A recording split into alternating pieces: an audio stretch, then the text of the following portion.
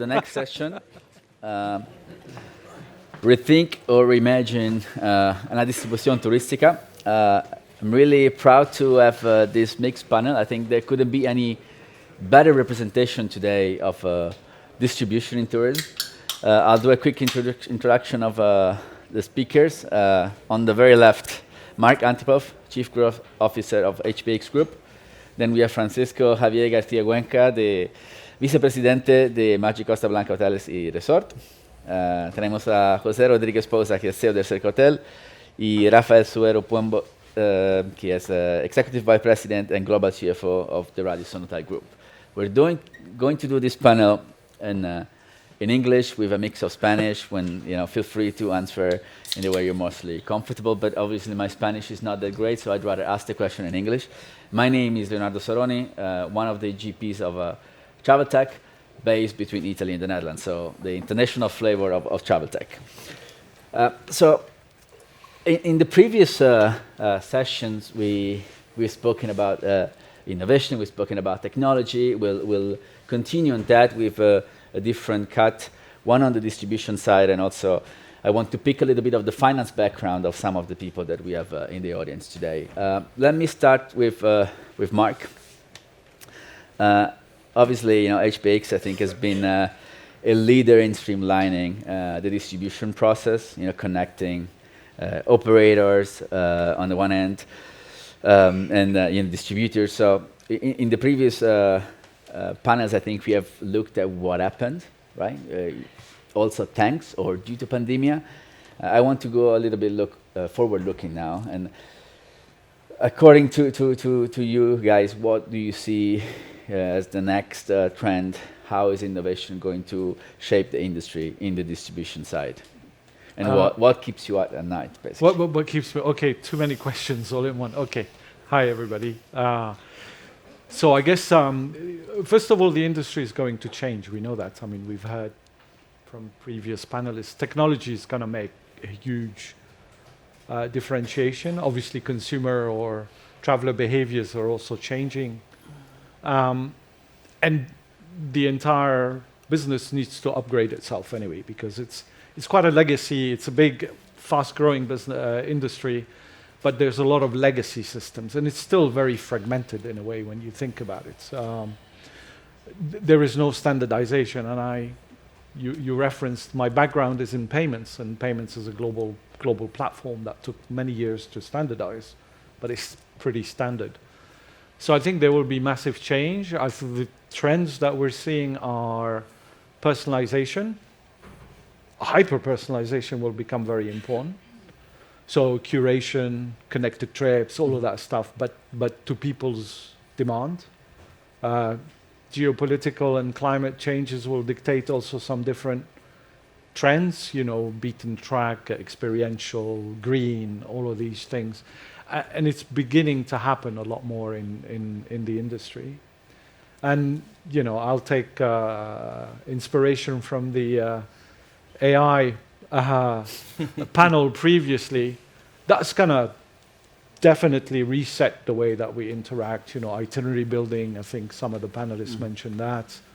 The data and knowledge and experts, being able to talk to the experts, but really ultimately it's in your pocket. So yeah. The super apps that are super intelligent, well-connected, dynamic, everything will give you that, everything that the industry is trying to do. So the future's pretty exciting from a technology perspective, yeah. Definitely. And Francisco, ¿cómo lo ve esto en Costa Blanca? Muy bien. Bueno, podría intentarlo en inglés, pero por el bien del lenguaje de Shakespeare... Téntalo, pero entiendo el español. Sorry. Sin problema. Okay. Bueno, muchas gracias. Bueno, nosotros pensamos que hay un nivel de cambio enorme, la aceleración cada día es más alta, la confluencia tecnológica que tenemos con la inteligencia artificial, con el Big Data, con blockchain y con tantas y tantas tecnologías que ya de por sí solo son una gran disrupción en el mercado, pues lo que hace es llenar el mundo de oportunidades, ¿no?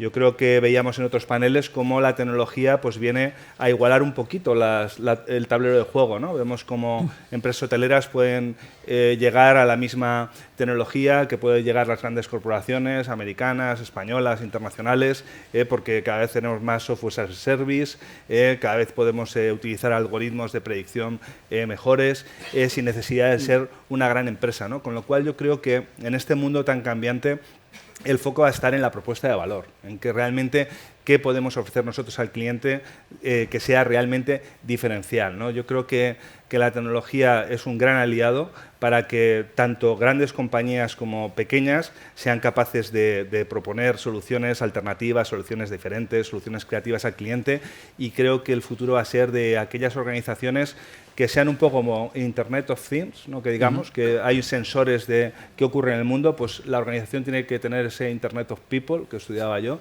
que todas las personas de la organización sean un sensor, capaces de ver cuáles son los cambios y qué lugar puede tener nuestra organización para generar una propuesta de valor diferencial. Gracias.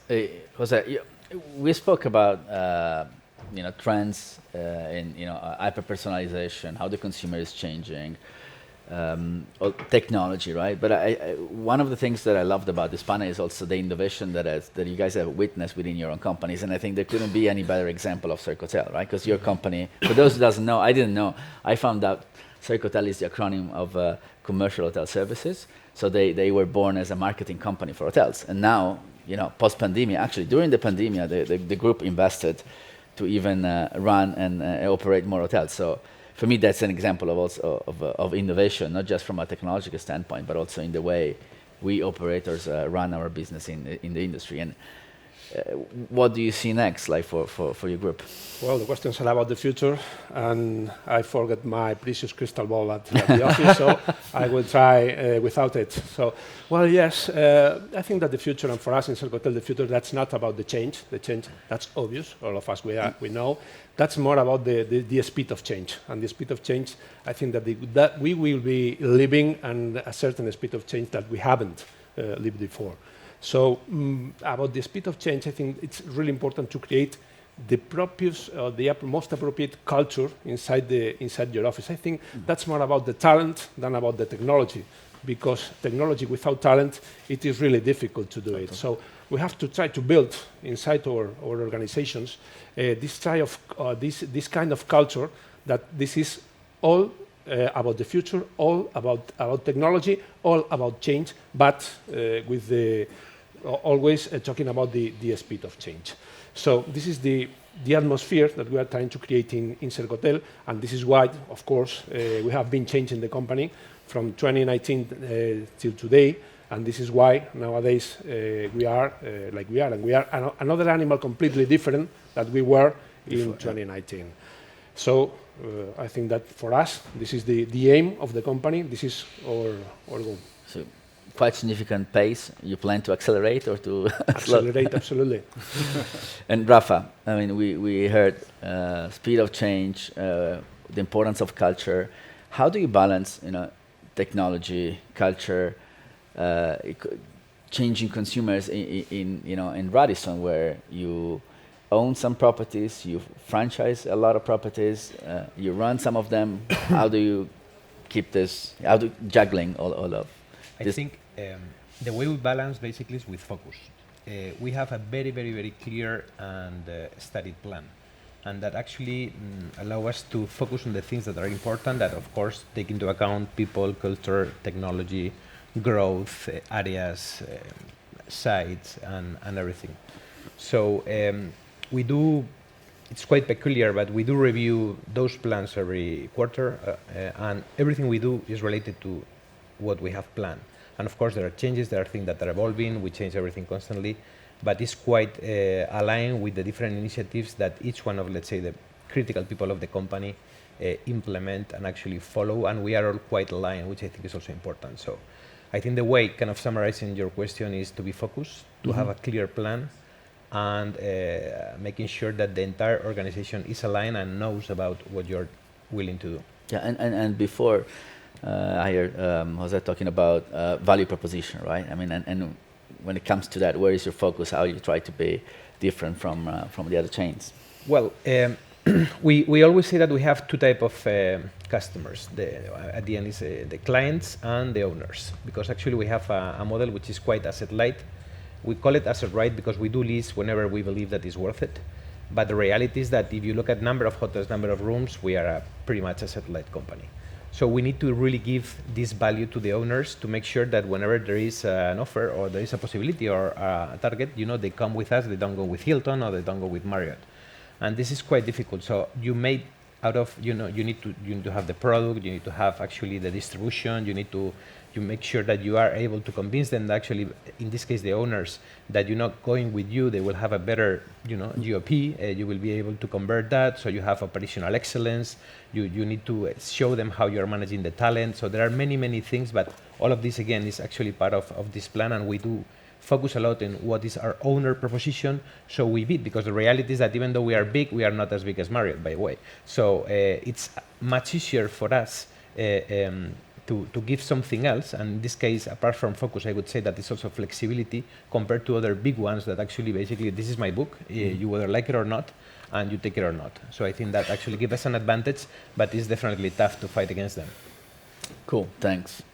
I mentioned I would pick a little bit of the finance background of some of you, so let me start with Mark and with a fresh news, I think from last week you announced the intent to go public, right? And the reason why I picked that, because we are today in the Travel Innovation Summit, which is organized by a venture capital, which is also a finance operator. So, so far we've been talking about the importance of technology, the importance of innovation, the importance of people. But in order to achieve that, to unlock that potential, we need to invest. There's no doubt, right? And on the HPX side, probably the path could be, the IPO. Can you comment a little bit on that? How do you see obviously we're not at TRAVELTECH. I hope in 10 years, at this roundtable, there will be one of the companies that probably just was born yesterday. It will be a leader, but we're not going to invest in the HPX or the Radisson, unless you guys give us a little bit more money. But how do you see from a financial strategy? How are you going to support this change in the industry? So as you can imagine, I mean, we're excited about the intention to float set by our shareholders. Obviously, I can't comment any further because it's a particular process. We'll see what happens. Internally, as a company, technology is core and part and parcel. Our DNA is primarily travel tech or tech, backed with services and great partnerships and collaboration that we do. We sort of support the direct-to-consumer channel of our partners. We don't have the consumer. We do it on behalf of the brands. And if you don't have the connectivity, the real time, the capability, I think the last top processing we had something like 6.8 billion lookups into our databases, price availability type stuff. So we're heavy duty tech, and it's a big part of our budget. So of course, any funds that we would get in the company, whichever avenue they come in, tech will get a big share of it. It is part of the DNA of the company. That's how we think. But well, we'll see what the shareholders want to do. So, but good luck with that. And Francisco, your story is completely different, right? It's a family-owned business which became a benchmark in the ultra all-inclusive hospitality, right? And I think that's an example of innovation per se. What is the magic, right? Let me use this. What is the magic, right? That's your, that's the name, right? And there's probably some magic. And how do you balance, right, the fact that you are a family business, right, compared to, founded companies, public, traded businesses? Sí. Bueno, es completamente diferente. Evidentemente, una compañía pública, que le deseo toda la suerte del mundo, porque realmente es muy importante esta IPO, yo creo, para ver que hay inversión, ¿no?, en el sector de travel, de turismo, y que realmente nuestra industria, que hace muchos años, ¿no?, que no se consideraba como no estaba en el foco de los inversores pues cada día esté más en ese foco, porque la financiación es clave, ¿no?, para hacer crecer proyectos y realmente para que nuestro sector sea cada día más competitivo y podamos resolver mejor los retos que nos plantean los clientes, ¿no? Como compañía pequeña, pues nosotros tenemos en el ADN buscar siempre una propuesta de valor diferenciadora. Tratamos de que nuestros hoteles sean muy diferentes a los del resto. Tenemos más el foco en el target familiar, y construimos pues experiencias, pues igual tenemos un resort que está dentro de un zoo, ¿no?, y que puedes estar bañándote y viendo los elefantes y disfrutar de un parque acuático, ¿no? Entonces, son ese tipo de experiencias dentro del mundo del target familiar las que realmente pues, generan esa diferenciación y que te permiten pues, salir un poco del mundo de los precios commodity, ¿no?, y puedes generar más margen, ¿no? Realmente nosotros en toda la parte familiar lo que buscamos son experiencias normalmente temáticas, pero no necesariamente tienen que ser temáticas, y a veces pues también hoteles más convencionales, pero siempre buscas que se diferencien por localización. La localización siempre ha sido el principal diferenciador de la industria y nunca falla, por cierto. Pero bueno, si no puedes hacerlo por diferenciación, siempre buscando un concepto que sea atractivo y que realmente pues generen esos márgenes que no tienes que estar compitiendo y yendo pues como va el sector, ¿no? Eso hoy en día pues hay empresas pues que se centran más en la parte de sostenibilidad, otras lo hacen más en esta propuesta de valor, pero yo creo que es muy importante que en el sector cada vez sofistiquemos más la propuesta que hacemos a los clientes y que cada vez sea más diferencial, porque eso hace que la industria crezca y que la industria tenga mejores márgenes, sin duda. And also, how you do make this value proposition different? I think, you know, in your space, there's probably a lot of competition, and also from big chains. Yeah, that's about innovation. I think that more or less 90% of innovation, that's about technology. And that's not easy inside the company, inside a formal company, inside a company that it's running his business as usual. This is not evident that you have all the time, all the space, and all the capabilities in order to try to boost really the innovation process. On the other hand, I think that we are in a sector that where the EBITDA margins are in between 15% to 25%, depending on the base of your model, the underlying model. Typically, for example, at car manufacturing, and I have been working in a lot of different sectors, you are, in terms of EBITDA, perhaps 4%, 5%, consultancy 6%. When you are, for example, in construction, you are in between 2%, 3%, the same than retail. So perhaps in our sector, and tourists in general, talking about in general about the tourist industry, we don't have enough incentives because we are doing so well and because we have really a margins that we can survive today, not tomorrow, without really boosting as far as perhaps you will need for building the future of your company. So this is not easy, but this really it has to have in all of our companies a really big impulse for talking about the top management of the company. So for me, again, culture, incentives, not so much incentives, sector with really higher margins, and of course, if we are talking about companies that they are not going to EBITDA because, for example, they have the real estate inside the company, we are talking about GOP margins in between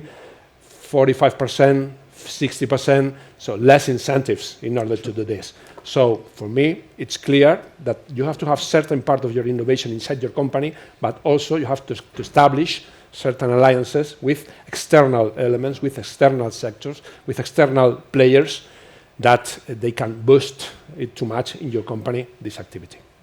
We'll touch upon the culture bit, which I love. I first want to ask a question to Rafa. Right? I mean, we talked about technology, use of data, and hyper-personalization. How do you implement these new technologies within your group, and what challenges do you face? I think I could differentiate data and technology, even though they are completely linked. So data for me is key, and probably the biggest threat we have is that actually you need to really look at the right data, because there's so many data out there that if you don't really focus on what you want to do, it may be even against what you were willing. So we did kind of centralize all data activities, and we are working to clean, because there are a lot of legacy things that you need to deal with. So even though there are new technologies, new things that you can do, at the end, unless you have the right data, it will serve for nothing. So we are doing efforts in order to, let's say, stay ahead in terms of what technologies, what things we can do. But also we are working in order to clean what we call domains, data domains, so hotels, customers, etc., which is key. And actually we will allow really to boost that technology. And unless we do that, I don't think it will work. Yeah. There's a nice line to say, garbage in, garbage out. Right? Exactly. So if you don't claim, and this is very important because the reality is that companies like mine, we are all, I do kind of consider a legacy company whenever they have more than 20 years. So we are really, and legacy, even though we have done a huge transformation in IT, everything is cloud-based and so on, the reality is that, you have thousands, millions of data customers or whatever you want, IATA, so, whatever is the data you want to look at, that you need to clean, because if not, actually you will really suffer in order to really streamline all the processes. So we are investing heavily in technology, we are investing heavily on data, everything is cloud-based, but really, we kind of, we decided to invest on those things that were core. For us, it was CRS, PMS, so this is own, and we do kind of build it, we did build it for us. So that was completely different to what I would say on average companies do. And that of course had some dependencies, you may have a lot of more IT costs and so on, but we really want to have those things on the CRS, for example, which is key, that we wanted instead of just outsourcing it to a third party. I mean, I remember when I was at Booking.com, I headed up Booking Street, and we tried build our own PMS. I mean, a PMS that we wanted to offer to sell, and it was a massive endeavor. So it is. Big chapeau for I'm sure it wasn't an easy walk. But sometimes we focus a lot on building technology, and we forget about the return, right? It's how, looking back now, what you've built, like your proprietary PMS. We do actually measure because we do have some tax incentives. It is not so we need to measure. Always at the end, we set up an entity basically to run everything on IT, and we got some benefits from the Belgian authorities. So we really need to tackle. And basically what we do is we have all our portfolio in the CRS, because this is very important, and then PMS, it's optional, so the hotels can actually decide to come with us or not. And we charge for it. We do charge for implementation, the fee for running it, and so on. So we are tracking the return. Actually, we are okay. We are okay compared to where we were expecting. It's true that we had a lot of issues in between. We had the COVID, as you may imagine, that was important. We did have to sell the US business. That was very, very important also. So actually, we took out 600 hotels from the portfolio that were target number, let's say 1 or 2. Initially, so we are looking for expanding the PMS, and we have a plan. So there is like an IT team that actually, together with the operations and BD, together with the proposition that we put in front of the owners, we propose to have those systems in order to run the hotel, because we believe that actually we have a better capabilities compared to other products in the market. Okay. Thanks. Mark, you're a technology company. How do you measure return, on the investment in technologies? I mean, again, as I mentioned, I think technology is part and parcel of everything we do. So we don't actually measure technology itself. We always measure the initiative. We did a massive sort of legacy upset. We're more than 20 years old when you think of us historically, and so we had quite a lot of updates and upgrades. So we've changed into cloud and re-architected into microservices, which allows us to iterate, which is how we adopt it. So, always thinking digital, or what would be better, streamline the processes, introduce new elements like AI and so on into everything we think about. And really we think about the business case in a sense of the outcome of it, not necessarily the technology cost saving, because it's about, will it open a new channel? Will it open a new service? Will it make connections better? Give you an example. We re-platformed the way we connected, and we went from roughly 40 millisecond response time to 5 millisecond response time. That makes a big difference for your clients and their clients that are waiting for the spinning wheel. We send it instantly. That gives you a bigger boost. Yeah. So it's measured that way, and that's how we think about everything we do. So We don't just do it because it's nice to do. It has to have a business case, everything. Thank you. Francisco, on technology, right? We heard in the previous panel from Ruben that we probably can expect to invest 2 or 3 times more in technology. What does it mean for a group like yours? Like, do you share the same vision? Do you expect to invest more? And can you elaborate a little bit more in where exactly, what type of technology do you envision to implement? Yo creo que, bueno, aquí hablaría también un poquito como presidente del Instituto Tecnológico Hotelero, que de alguna forma pues, representamos muchas cadenas, bueno, hoteles independientes y pequeñas cadenas que nos utilizan, ¿no? Como ese centro de innovación, ¿no? Para todo el sector. Yo creo que 2 o 3 veces es corto. Habrá que invertir 5 o 10 veces más en nuestro sector. Falta ese mindset, falta esa mentalidad, un poco de todo lo que nos puede dar la tecnología, ¿no? Para mejorar los procesos, para quitar cargas pesadas.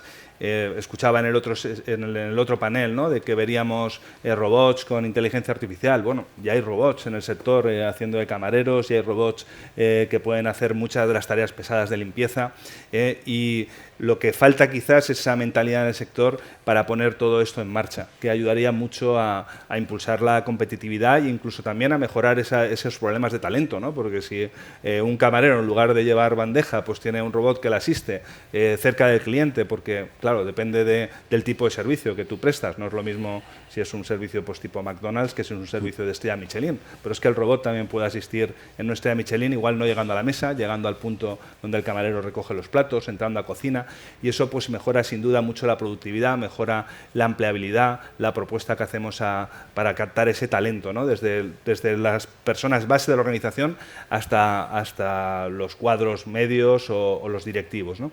Entonces yo creo que nos falta mucha mentalidad todavía en el sector para implementar tecnología. Creo que hay muchísimas oportunidades y que se pueden hacer todavía muchísimas cosas. Thank you. I think this is a perfect access to the culture question, right? I mean, how do we make sure that organizations are prepared to embrace this new technology, and you know, not just a management side, but also in how do we make it appealing for talent? I keep hearing this word about talent, right? And we invest in technology. Sometimes we even think that technology will replace talent, but we all are greedy for talent. So what's your vision on that? Jose? And based on your experience also in other industries, how do you think we can make our industry appealing? I mean, I don't know you guys, but when I was younger, maybe it could still be interesting to have a career in travel. I think today is not. I mean, we have to face reality, right? It's not sexy as going to a tech company or to finance or to consulting. How do we make our industry appealing for talent? Let me explain you just a few things about return on technological projects before. I have a recurrent conversation in between in our board of directors. That's about when someone comes to the board of directors, mainly in order to present a new technological problem, and the speech begins something like, well, this is a strategical project for the company. Immediately, my mind thinks, oh shit, red numbers are coming. So that's about return in technological problems. And saying something more, we typically, you know perfectly well, keep it simple, and perhaps we have to measure the return that we are demanding to the technological problems just in terms of payback. And perhaps before pandemic period, we have to demand to this type of projects 4 years, 5 years, up to 6 years. Nowadays, that's a question of 2 to 4 years, not more than 4 years, and perhaps better, of course, these 2 years. About the culture that you have to create in your company, that's about the type of profiles that you have to have in mind that you need in your companies. You have to give autonomy to this talent. You know perfectly well that if you are recruiting talent and you are not giving autonomy, at the end of the day, the talent will go to your competence, of course. No, you have to create this atmosphere.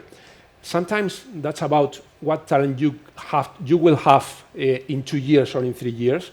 For example, nowadays we don't have in companies, but we have to begin to think perhaps in 2 years, 3 years, we will have to have prompt engineers at our companies, because you know that that's not the same to make queries to Google than to make queries to ChatGPT or to Gemini or to what of the AIs models that you want. So prompt engineers nowadays, there are in big consultancy models, there are in innovation funds, there are in one type of players, but there are not nowadays in final companies.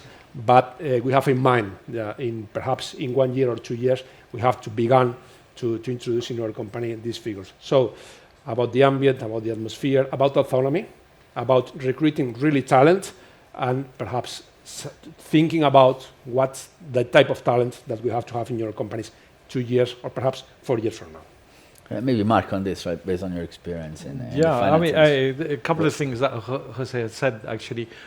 Partnership is a big part of everything. Like, I don't have to do everything. You know, a company doesn't have to do everything. So sometimes collaborating and working with a partner where you find synergies, and then that will instill slightly different cultures, because your partner might have a better way of working and you think, oh, this is quite nice. So you absorb it in. Yep. You don't have to build it and invent it yourself. But yeah, people, certainly from our perspective, and the point you made about the industry not being sexy, I come from, as I said, payments and finance.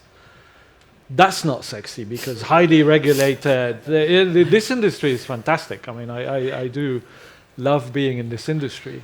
The industry Service-minded, very hospitality-oriented. It's a feel-good place. Yeah. We do a lot of good stuff. I know we're accused sometimes of, particularly if you're an airline, accused of polluting, but we don't. Actually, we're very beneficial to society generally. So it's a really good place to be in. I think we probably undersell ourselves a little bit compared to other industries, and you know, it's we come across that maybe not that exciting because we're been around too long. We have legacy systems, but actually, I see a lot of stuff happening, and we're lucky because we also are headquartered in Palma, and we're one of the top companies employers in Palma. So people want to work with us, and we're global, so it helps. So the profile sort of changes, but I do think collaborating to help us speed up is going to be a big thing for the industry overall. We can't individually fulfill the ambition of what the industry should do, super app or whatever it is at the end, by ourselves. It's never going to happen. Take too long. Rafa, Mark is mentioning a lot of partnerships and collaboration, right? We are in industry. Distribution is a quite diverse, fragmented part of travel, right? And how as a hotel chain, how do you optimize partnership with third-party platforms? How do you measure the results of your distribution strategies? Well, I think it's basically finding the right partners, and this is what we do. I mean, and of course, now I think there is a trend to move towards direct channels, so it's cheaper. So the cost of acquisition is lower. So your GOP actually improves. So why shouldn't we do that? And part of the investment is going towards that. But it's true that TAs and so on actually are still actually, if not the biggest, one of the biggest. Probably in the future, you know, there are some studies that say that by 2030, probably direct channels will be on top.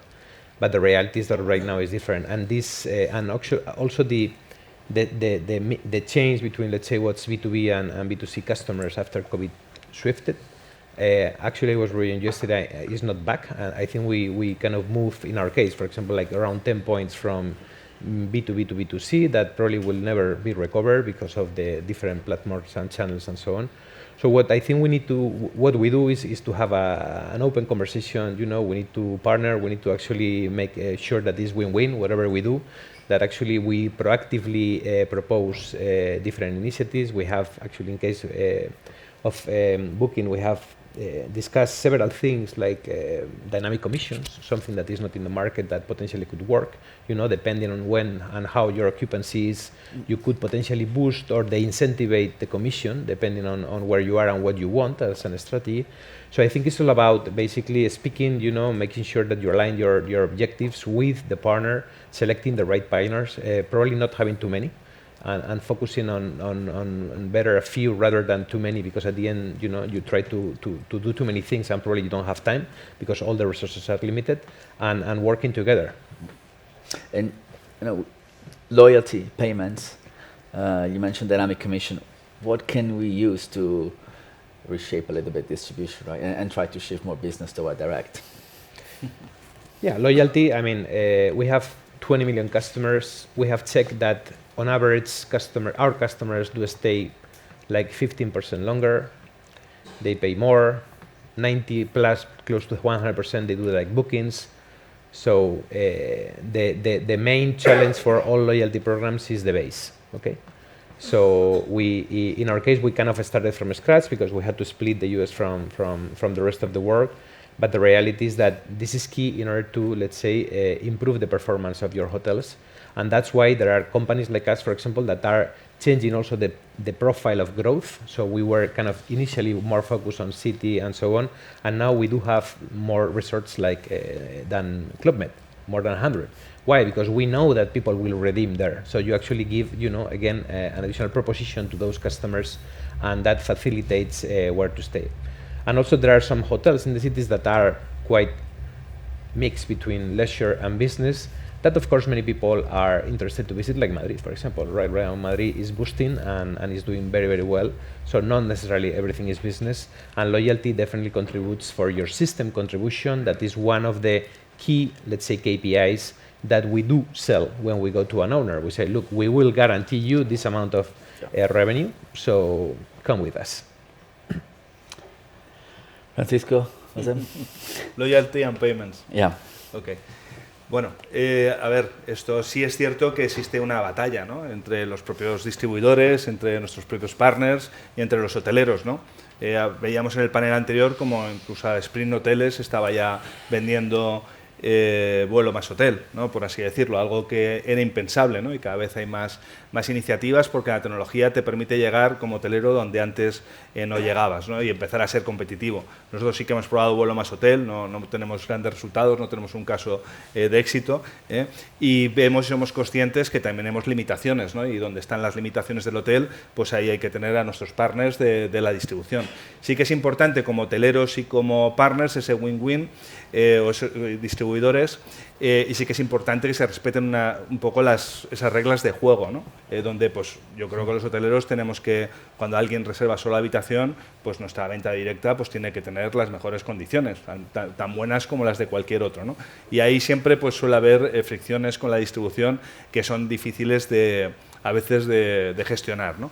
Y los payments en este caso es otra, porque con las formas de pago pues están rompiendo también muchas veces esas paridades, esas competitividades de tarifa por parte de los distribuidores, ¿no? De alguna forma, desde el punto de vista hotelero, pues sí, siempre estar muy activo en la capacidad de ofrecer las mayores facilidades tecnológicas al cliente para que pueda pagar. Incluso ya está empezando a haber modelos como, bueno, me viene a la mente Scalapay o Ney. No entran los Klarna todavía a financiar las vacaciones, pero los hoteleros estamos viendo también la posibilidad de financiar al consumo las vacaciones. Y bueno, pues está siendo un mundo apasionante donde yo creo que no hay que perder el foco de que los hoteleros no podemos llegar a todos los sitios, pero allá donde podamos llegar sí que tenemos que, el producto al final es nuestro, y sí que tenemos que mantener unas ciertas reglas del juego, ¿no? Porque si no, de alguna forma, tu GOP al final se resiente. Also, maybe a little bit on payment, right? Because I sensed a comment from Francisco on the fact that it breaks parity, right? I mean, at Booking, I think it took us 8 years to implement payments, and for a tech company, it's a massive endeavor. But now you see that, you offer Mark a different price than me because maybe he's a Genius 3 customer, so you pay a different rate, and this creates confusions in distribution. How do you handle that? What are you trying to do on your side to? The question of parity. Parity and payment, right? Because in the end, payment has a big impact on your contribution margin. And loyalty. They are absolutely related. Well, the battle that we have been having with Booking, with Expedia, with the general OTAs, the battle of parity. The battle of parity is really difficult. It's difficult to win it. And of course, perhaps there are part of this battle that this is through loyalty programs, because when you have your clients and they are not coming for price, only for price, you have more add value in order to give to them. I don't know the future of loyalty programs. Of course, I think that there is not about a free bottle of water, excuse me. There is not about check-ins or check-outs or something like that. Yes, I think that the word that I have been hearing during all this morning in this space, that's about hyper-personalization, and that's about how to give to our guests and to our clients really exactly the service that they want at the moment that they want, and we have to switch also our mind not only to on a reactive way, more than on a predictive way, and perhaps sending to them active recommendations in order where they have to go, yes, where they have to go, because of course the big OTAs, they are actively recommended nowadays where you have to go if you are navigating in one of these OTAs, and perhaps the hotel chains you have to make a certain shift in order to go that. And payments, of course, that's really important, but for me, that's absolutely related. Payments, loyalty, and parities. Good. I want to thank you. We're closing in 40 seconds. I know some of you have an important calls in a minute, so I want to thank you again for coming here today and for your contribution, and enjoy the rest of the day. Thank you so much. Thank you. TRAVELTECH is a non-profit initiative launched and managed by Dr. Javier González Soria in 2006, focused on new trends, innovation, and startups in the TRAVELTECH space. Thousands of professionals receive the TRAVELTECH news, where travel top leaders and entrepreneurs share their insights and reflections.